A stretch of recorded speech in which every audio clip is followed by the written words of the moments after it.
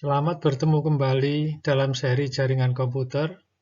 Kali ini kita akan membahas terkait dengan transport layer TCP/IP yang ada pada RFC 1180. Mari kita simak secara seksama. Protokol TCP/IP mempunyai dua tipe transport, yaitu TCP yang berorientasi connection, artinya dijamin pengiriman data sampai ke tujuan. Sedangkan satunya tipe transport UDP yang mengirim tanpa ada jaminan bahwa paket sampai ke tujuan. Proses jalannya paket dari media jaringan akan masuk ke layer data link melalui physical link, kemudian diperiksa apakah paket itu miliknya atau bukan. Kalau iya, maka dilihat kembali tipe paketnya apa. Kalau tipe paketnya adalah IP, maka diteruskan ke layer IP. Kemudian layer IP akan memeriksa apakah IP destination-nya adalah sama dengan miliknya. Kalau iya, maka akan dilihat kembali apakah tipe transportnya TCP atau UDP. Kalau TCP berarti disampaikan ke TCP, kemudian di TCP akan dilakukan pemrosesan kemana atau port berapa aplikasi itu akan dituju. Sehingga nanti TCP akan mengirim ke port sesuai dengan port yang ada di layer atau yang ada di header paket.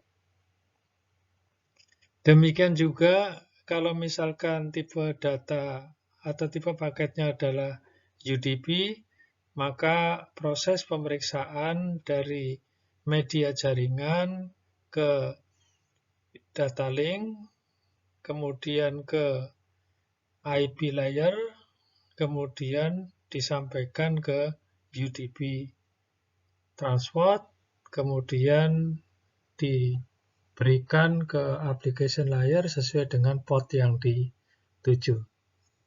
Kalau misalkan ternyata paketnya tipenya adalah ARP, maka dari data link akan disampaikan ke ARP protokol untuk menyelesaikan masalah resolusi antara alamat fisik dan IP daripada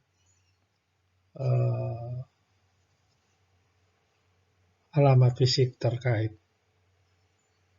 Demikian cara komunikasi dari media ke layer aplikasi.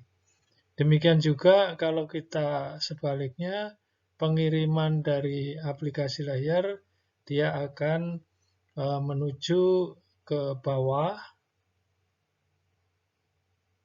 Di sini kalau kita perhatikan, TCP dan UDP layer mempunyai masukan atau keluaran bentuknya adalah multiplex dan demultiplex. Artinya pada saat pengiriman paket data dari application layer, dia berfungsi sebagai multiplex karena dari banyak saluran keluar menjadi satu saluran. Sebaliknya kalau pengiriman dari media jaringan, maka dia berlaku sebagai demultiplex karena dari satu masukan menjadi banyak keluaran. Banyak keluaran itu disebabkan oleh port yang banyak.